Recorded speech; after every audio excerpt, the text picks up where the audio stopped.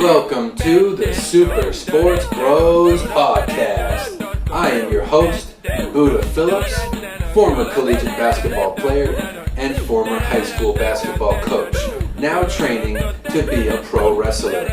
I'll be talking NBA, NFL, MLB, UFC, and WWE. I started this podcast because I know sports, bro.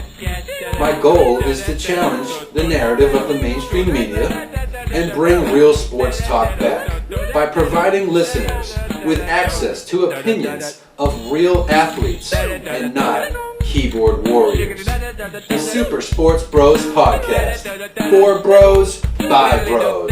Bro.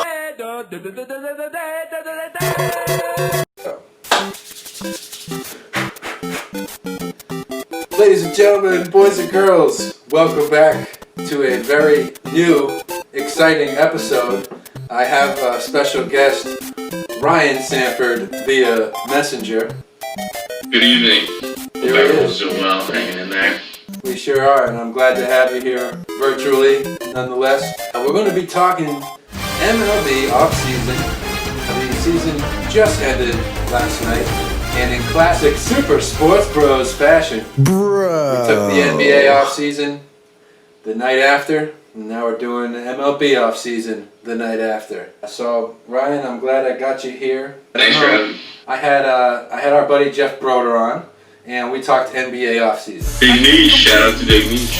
I'm going to do things a little differently, and I just want to start right with you with a brief summary of the 2020 shortened MLB season. What a wrap up it was, the 2020 MLB season.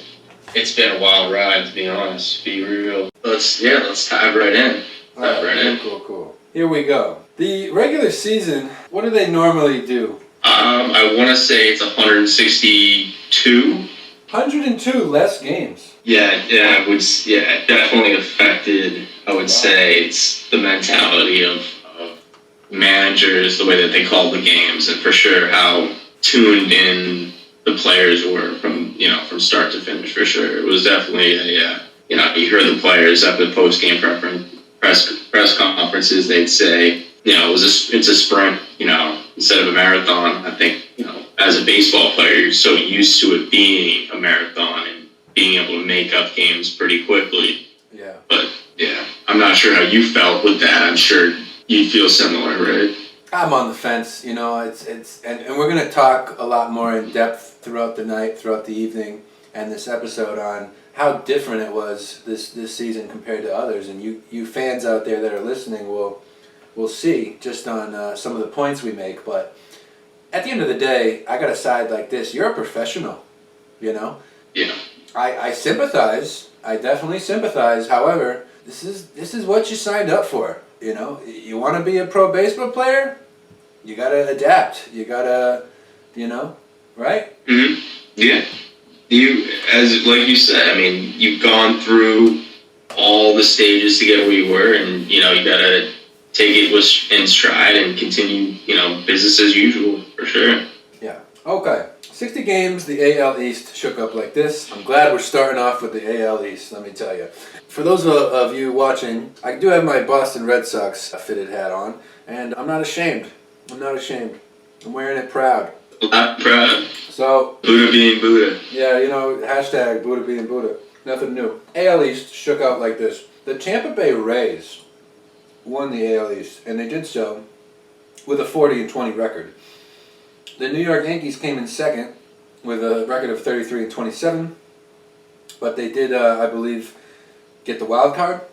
Toronto Blue Jays finished third in the East and got one of the wild cards with a record of 32-28. Baltimore Orioles fourth, 25-35, and the Boston Red Sox last, fifth, 24-36. So I want to ask you what you think of the AL East. Honestly, I think it actually played out surprisingly the way I had expected it. I actually went on record before the season started. I said that Boston Red Sox would be bottom feeders fighting it out against Baltimore for the worst team in the division. I think that's how it played out, right? Yeah, that Boston came last place.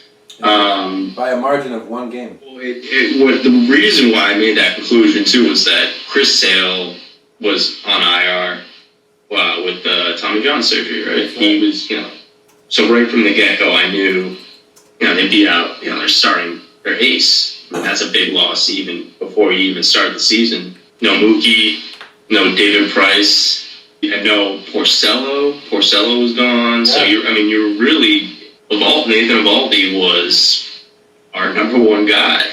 And it played out pretty much how I thought it would unfold. I'm pretty surprised with how bad the Yankees were putting together stretches. They were losing 8, 10 game stretches at a time. I would have thought that they would have finished in first place with ease in this division. So yeah, a little shocked how it unfolded to the top of the AL East. But I had a feeling that Baltimore and Red Sox would be bottom dwellers. How about that? I got to go on record and say that I expected the New York Yankees to win this division going into the season, following all the moves they made and the players they acquired in the offseason last year. I expected them to win.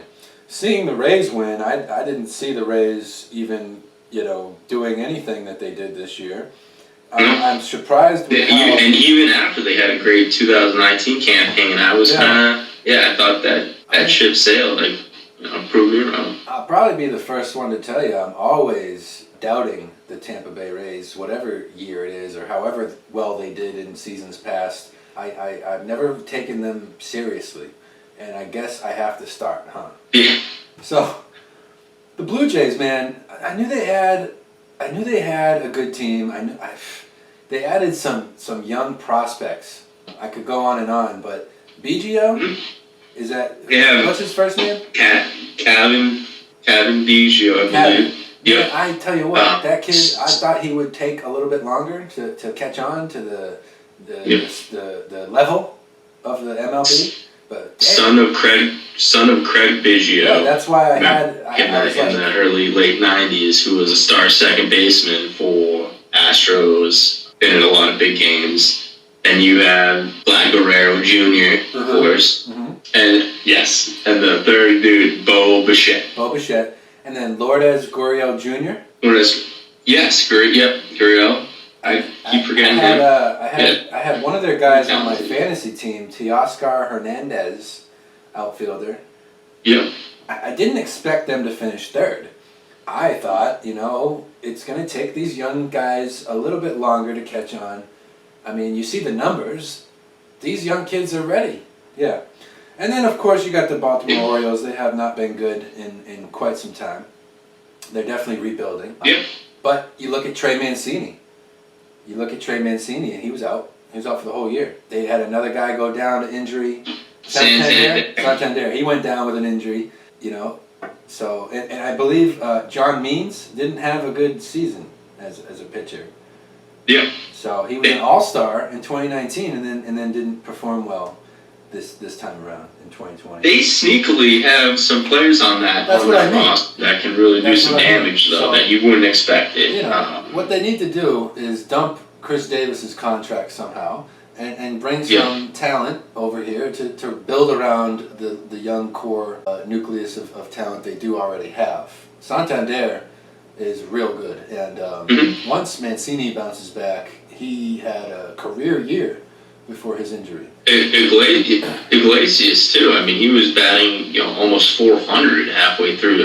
Obviously 60 games short season, but he was one of the more consistent, talented hitters in the American League. And then you look at the Red Sox. You mentioned it, Chris Sale, your ace, out. We lose Porcello, Dustin Pedroia. One minute he's injured, the next minute he's retiring, and this, that, and the third. We bring in Alex Verdugo, who has numbers-wise, he had a pretty good year. Benintendi, out, hurt, needed a big year out of Benintendi. Losing, Mookie Betts, JBJ. For any Red Sox fan that didn't see something like this, not to this magnitude, I'll go on record and say I didn't see it this bad. I knew it was bad. I just didn't think it was this bad. As far as you got your pitching staff, Eovaldi, hurt to start the year? Yeah, I want to say he, around the midpoint of the 60-game season, he was done. But at that point, I mean, it was pretty evident that we were clawing for direction of nowhere. Yeah, we just had a lot of holes that we just never, you know what I mean? We never filled those holes in the roster. And any Red Sox fan that had high hopes for this season, I don't know what you were smoking, but pass it over here. The AL Central shook up a little bit like this. The Minnesota Twins clinched the division in first place with a record of 36-24. The Cleveland Indians won the wild card and came in second place with a record of 35-25. Chicago White Sox were in third place and got another wild card with the same record of 35-25.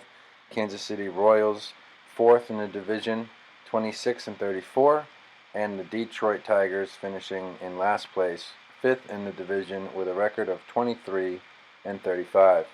The White Sox, who are a very, very talented team. Luis Robert was a phenom that I was trying to remember his name from what we were talking about. But right. You just have a strong lineup. Talked about Nick Madrigal, top prospect. I think they're very deep. Mm-hmm. I just think that division is very underrated for how good that division is. Top to bottom. I honestly thought the Royals were going to sneak in at some point during the year. I just think that, that division just has a lot of talent. Minnesota, White Sox, Cleveland, even, and Detroit's been such a good team, over the, early 2000s and even into, this decade. I mean, we're going to look at the AL West. The AL West shaped up like this.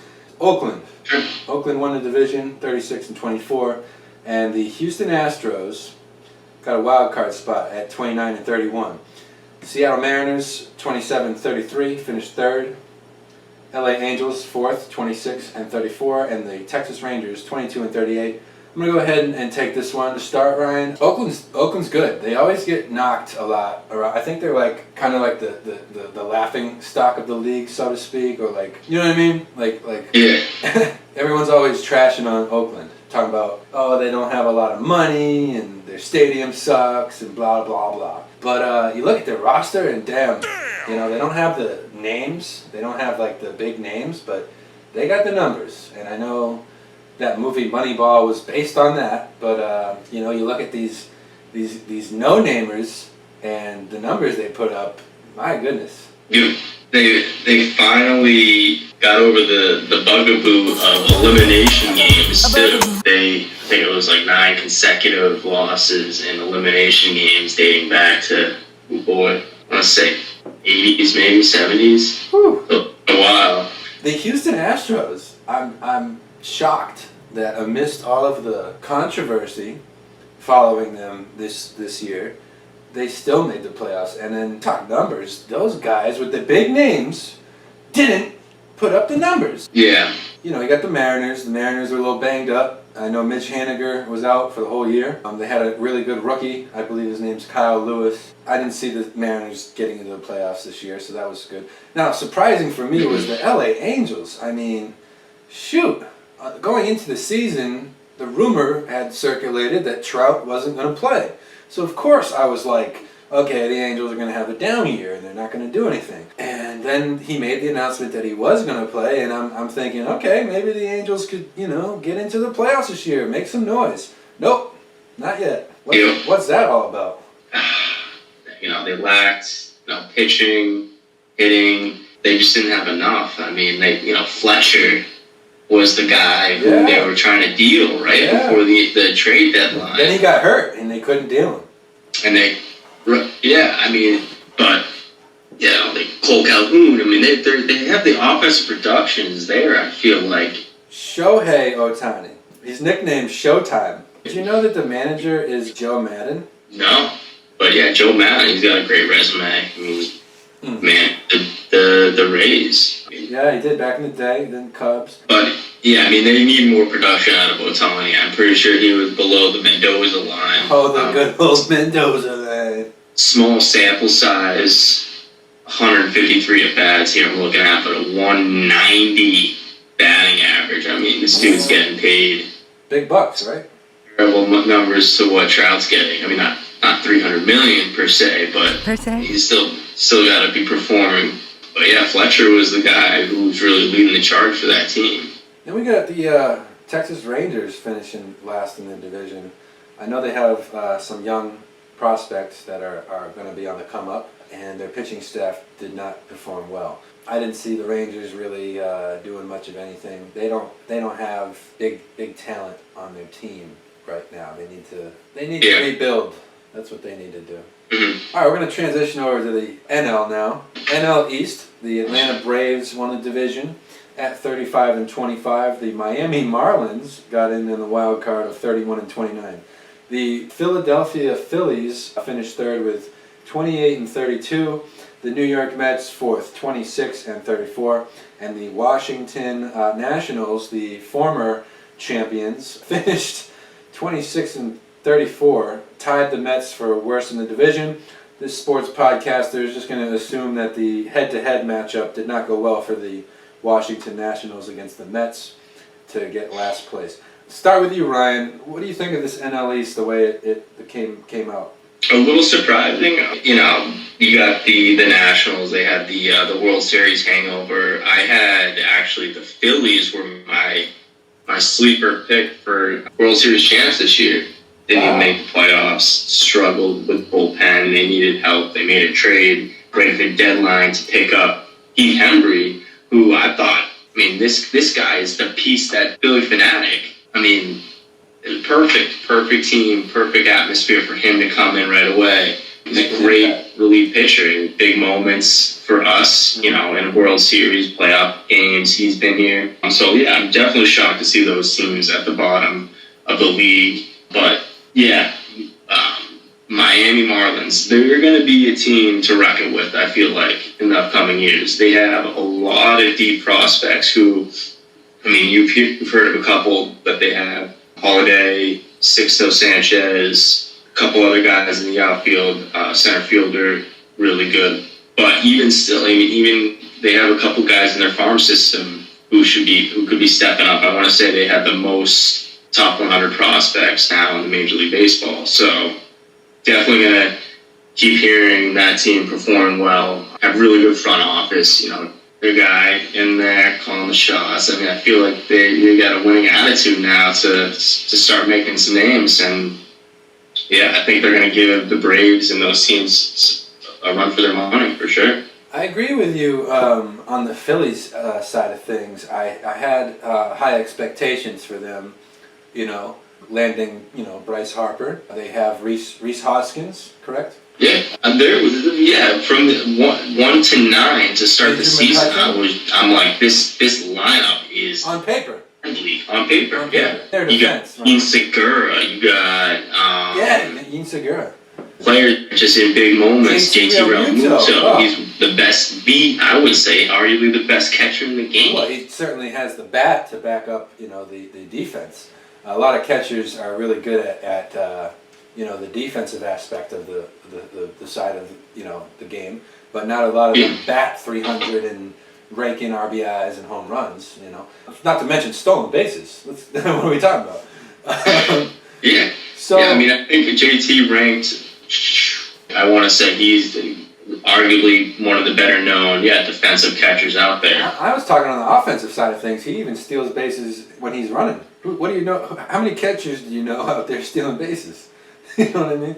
But in their defense, Ryan, they didn't miss the playoffs by that much. I look at some of the other teams that we're going to talk about, and one of them in the NL Central made the playoffs with a record with one game better than the Phillies, with one more win.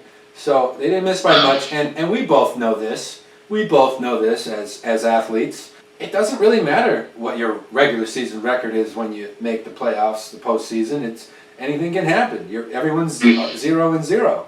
So let's say that, you know, the Phillies do make it in what they could have done. Neither of us can say. So, okay. Yeah. I didn't expect the Nationals to have that championship hangover. No way. So that was a shocker. The Mets, I don't think the Mets have been good in quite some time. Hopefully they rebuild and get their team back on track. The Marlins, I like that they have, it's Derek Jeter running things back there, right? Yeah. Now, what you said is definitely holds weight, that they're going to be a force to be reckoned with. I want to say he's president of operations, something like that. Yeah, they got a lot of flack for dealing Stanton to the Yankees. I wonder what people are going to think. You know what I mean? Because Stanton didn't have a good season last year. He struck out a lot. You got a lot of flack for that deal. Yeah. I wonder what people will say in the following years that you predict the Marlins to take over the NL East and catch the Braves. Yeah, but Atlanta, I was satisfied with how Atlanta did in the regular season, but very disappointed with how they did in the postseason. So we'll get to that. NL Central. Yeah. NL Central. You ready? Hit me. Hit me with your best shot. Fire away. Chicago Cubs finished first, 34-26. St. Louis Cardinals second with a wild card bid at 30-28. Cincinnati Reds 31-29. Milwaukee Brewers, the team I had mentioned, got a wild card spot at 29-31. One win more than the Phillies. And the Pittsburgh Pirates at 19-41 were the worst in the NL Central. So that was the last wild card team then that bounced the Phillies then? That's correct. Yeah. Okay. Yeah. I'm going to go ahead and start. The Cubbies have been good. The Cubbies have been real good for the last few years, so for them to finish first was not a surprise to me. The Cardinals are a very good franchise. I always think that they're going to be somewhat in the mix in the NL Central. The Reds I'm a little disappointed with, finishing third. I know they made the playoffs, but they had a lot of acquisitions brought in. I had high expectations for the Reds. They fell short of my expectations. I wonder if they fell short of their own expectations. Probably. The Milwaukee Brewers, the Brew Crew. I didn't see them finishing fourth. And the Pittsburgh Pirates, God, one of the worst teams in the major leagues. So, the worst team in the major leagues. So, that's that. What do you think of that division? I want to say it kind of played out as I would expect. Okay. One of the probably the least surprising the way the finishes for that division. Yeah, I would say the Reds were kind of everyone's pick to do some damage in the postseason. I think Votto really thought they were going to make a staple once they got in there. But yeah, I think they kind of the wheels fell off of some of these teams that got in there. The squeaky wheel gets the grease. I would say so. Yeah, I would say so. Yeah. All right. The NL West. LA Dodgers first, 43-17. I want to say that is the best record in baseball. Yes, it is. The Padres second, 37-23. The Giants third at 29-31. The Colorado Rockies fourth, 26-34. And the Arizona Diamondbacks 25-35. I'm going to let you go ahead and start with the NL West. What did you think of how the teams fared? You knew the Goliath in that division were the Dodgers, and they proved it finally in the postseason here. So tip of the cap for them. Yeah, we'll definitely touch on that. Surprisingly, I was pretty surprised with the Giants. Me too. They were out without Buster Posey, their signal caller. Yeah, I mean the catcher is your quarterback. It's my quarterback. Now Buster Posey, and for them to still perform the way they did, I was a little impressed for sure. I think they have a good core there for a couple years. You got Yaz, but yeah, I was impressed with them. Definitely would have liked to see the D-backs make a little bit more of a name. Yeah, what a disappointment. Yeah, I thought that they would be more contenders this year than they were.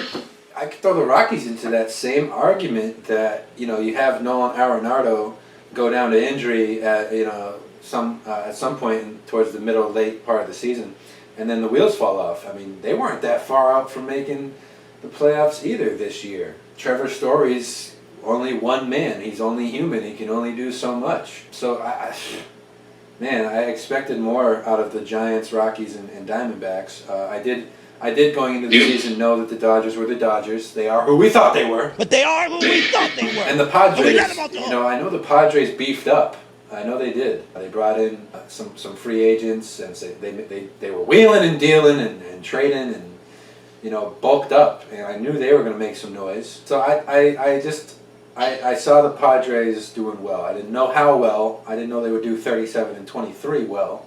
I just thought they would be middle of the pack, and they exceeded my expectation. All right, so that's that. So what I wanted to ask you, which, it's a tough question. I'm putting you on the hot seat. But I wanted to ask you your predictions for the 2020. Yeah. It's hot. You got to get up. Gotta get out of here. Burn my butt. The 2021 upcoming season, how do you feel? It's a loaded question. I want to know what you think in terms of who's going to be the best team in baseball from the AL, and who's going to be the best team in baseball from the NL, and then who's going to be the worst, the best and the worst. In each. Wow, yeah. I mean, this is a loaded question because I like a lot of teams in the NL. I think there's top to bottom. I think the NL just are a little bit more talented. I think it stems from the Dodgers being so loaded as they are, but. Okay, let's just dive right in then. Dive on in. Best team in the AL. I got to take someone from the AL Central. I got to pick one team from there. And you know what? I'm going to go with the White Sox. I think the White Sox are going to be the best team in the AL next year. They have a great young core. I mean, they have Jimenez, Yohan Moncada, Abreu. When I was watching that divisional game against Oakland, I couldn't help but be very nervous for those Oakland pitchers. I mean, that lineup is deadly for sure, and I think they got some pieces pitching. They hopefully get more out of Rondon. I mean, he had a great year. Kopech, up-and-coming pitching prospect. Throws 100. Yeah. So he's got Gasolina. He's going to have to get some control. I think that the White Sox could be the best team in the AL next year. It's a great pick. I'll take. I'm on the hot take. Hot take. Do you have a worst AL team? The worst team in the Mariners. The Mariners are the worst team in the AL next year. Why? I'm going to say the Mariners. You know what? I don't want to say anything badly about that team. Mm-hmm. They definitely have some good pitching. Yeah, they do. Gonzalez. Yeah. But I just, they still need a couple players to fill in the hole. And if they do have a 162 game next year, I think they're going to get hit hard. Yeah, that's just my take. I agree with you on the best. I could see the White Sox being the best team in baseball for all the reasons you said. But I disagree with the Mariners being the worst. They won't be middle of the pack. They're going to be near the bottom. But I don't think they're the worst. So I'm going to go like this. I think the worst team next year, if they play a 60-game season, 162-game season, or something of the sort, is going to be the Baltimore Orioles.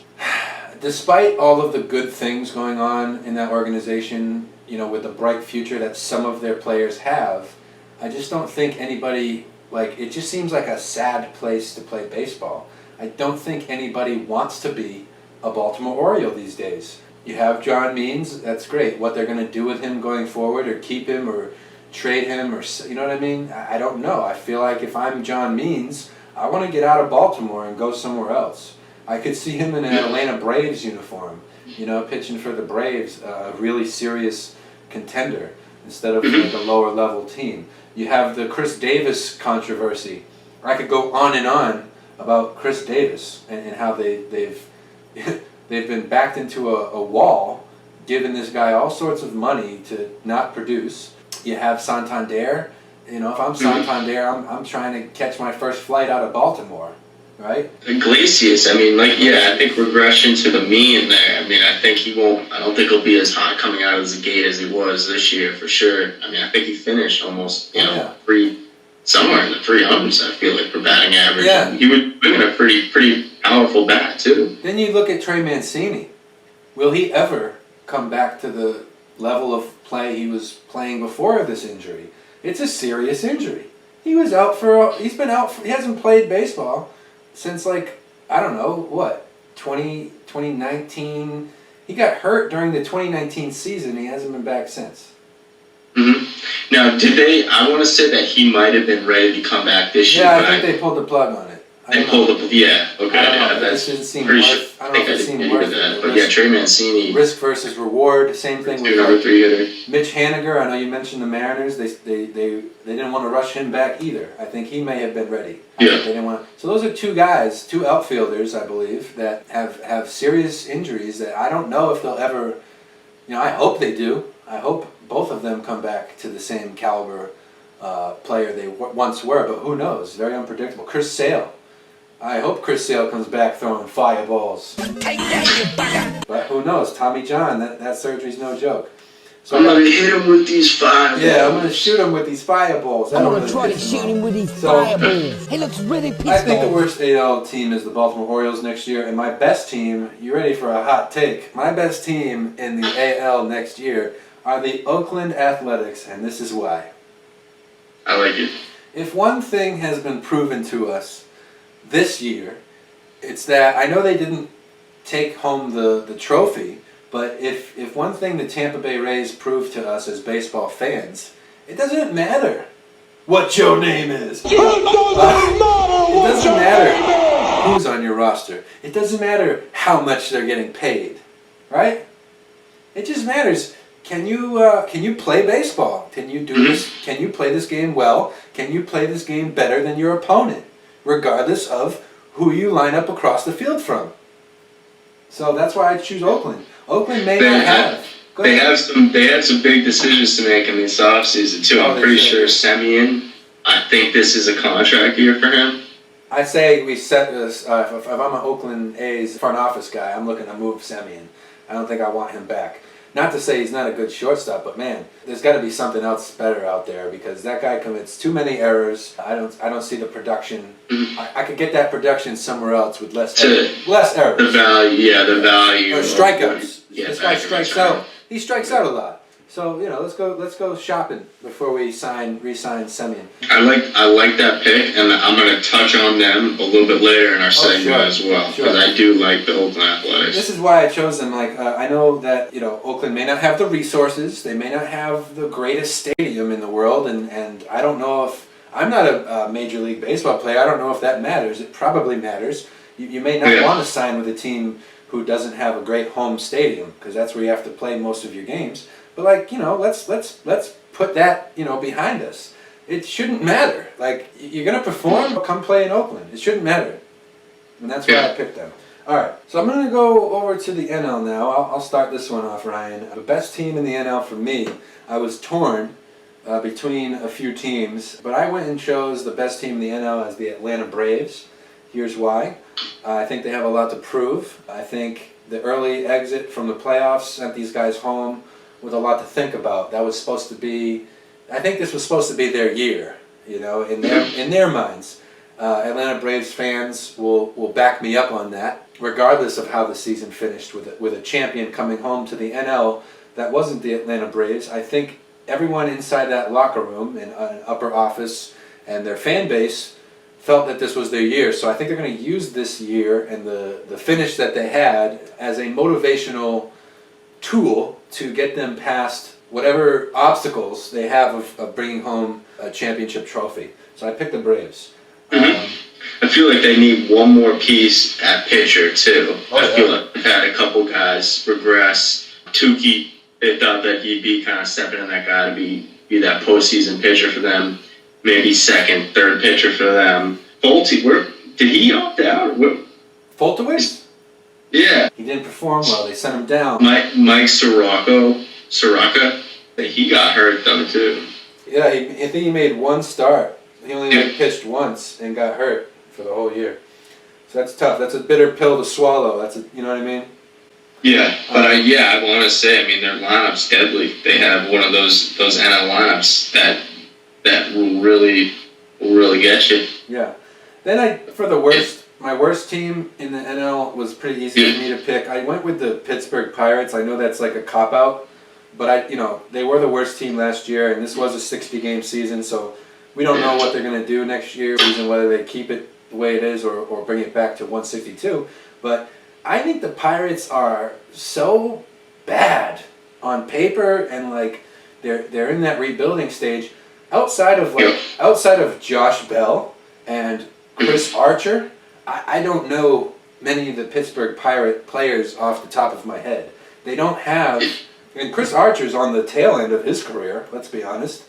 Josh Bell's at the precipice of becoming a star in this league, but I can't honestly. He's always like, when is he gonna make that jump? I think he makes that jump on another team. Like he's gonna, he's gonna break out, but he just never. You can be a Pittsburgh Pirate till the day you die, and rake down there. But if you don't have the wins and losses to show for it, you want to.